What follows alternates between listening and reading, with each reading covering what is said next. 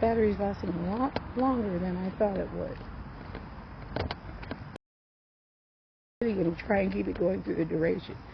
So excuse me for my rambling. So back to Japan.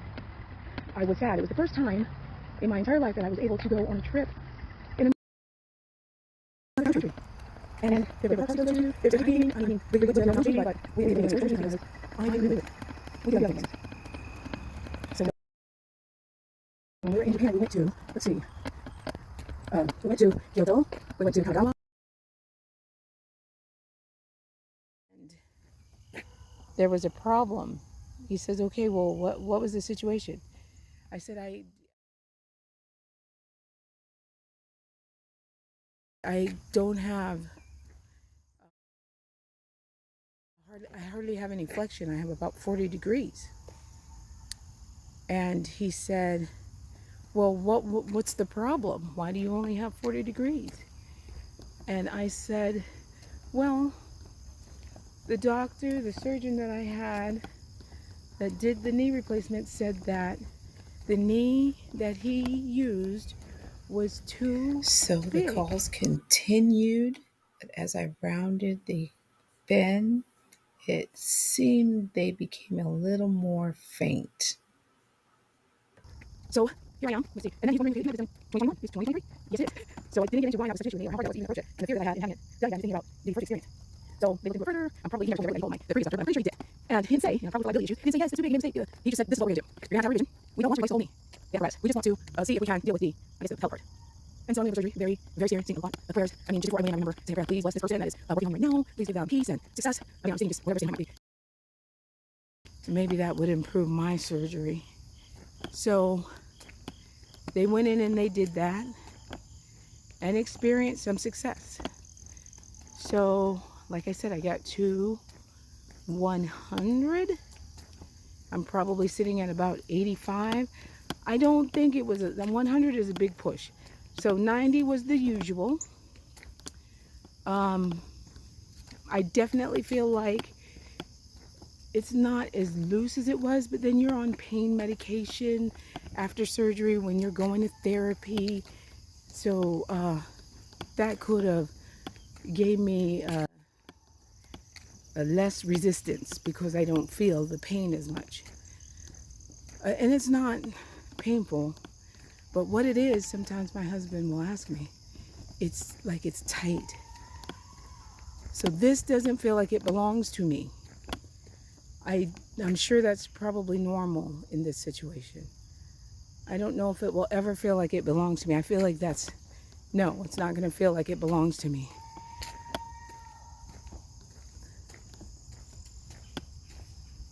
Someone's saying help.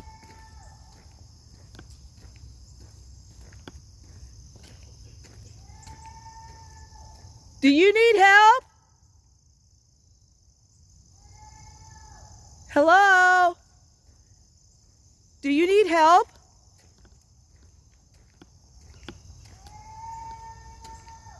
Do you need an ambulance? Hello?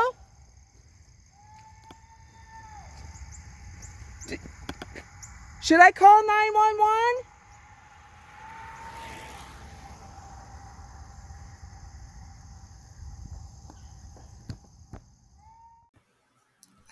I stopped the video here. There's more to see in a way, but I ended up calling 911 and still trying to communicate with the person. There was a young woman that came up and she was jogging and she heard the calls as well. So the police ended up driving out onto the trail, which I was surprised they could do that at all, with their sirens. And pretty much as soon as they pulled up, the person did not respond anymore. I don't know if they could see the lights of the police cars or if they passed out. I'm not sure what that situation was. I couldn't see the person at all. They were on the other side of like a big ravine or a meadow. So all I could do was hear them. I'm not sure if they heard me at all. But the police ended up coming out to the trail, and before they left, after getting our personal information, they a police officer said, one of the police officers said that they think they know what happened because they got a call about somebody that I guess ran off the road into the woods, probably on a bike, could have been on foot. It was a rainy day, and the trails aren't all paved. Some people go on the dirt trails, and they do get very slippery. If you are still watching, I might put on a part two. I just had to take out the personal information. Um, but that was the incident that happened on the trail that day. And this was in September 23rd. So it's been a while, and it took me a little while to decide to even post this. And the reason why I chose to post it is because I just safety is important. If you hear someone in distress, I would not necessarily go up to them unless they were right there and you can see what's going on, but definitely call 911 and get the professionals out on this. If you're a biker, wear your helmet. It's very important.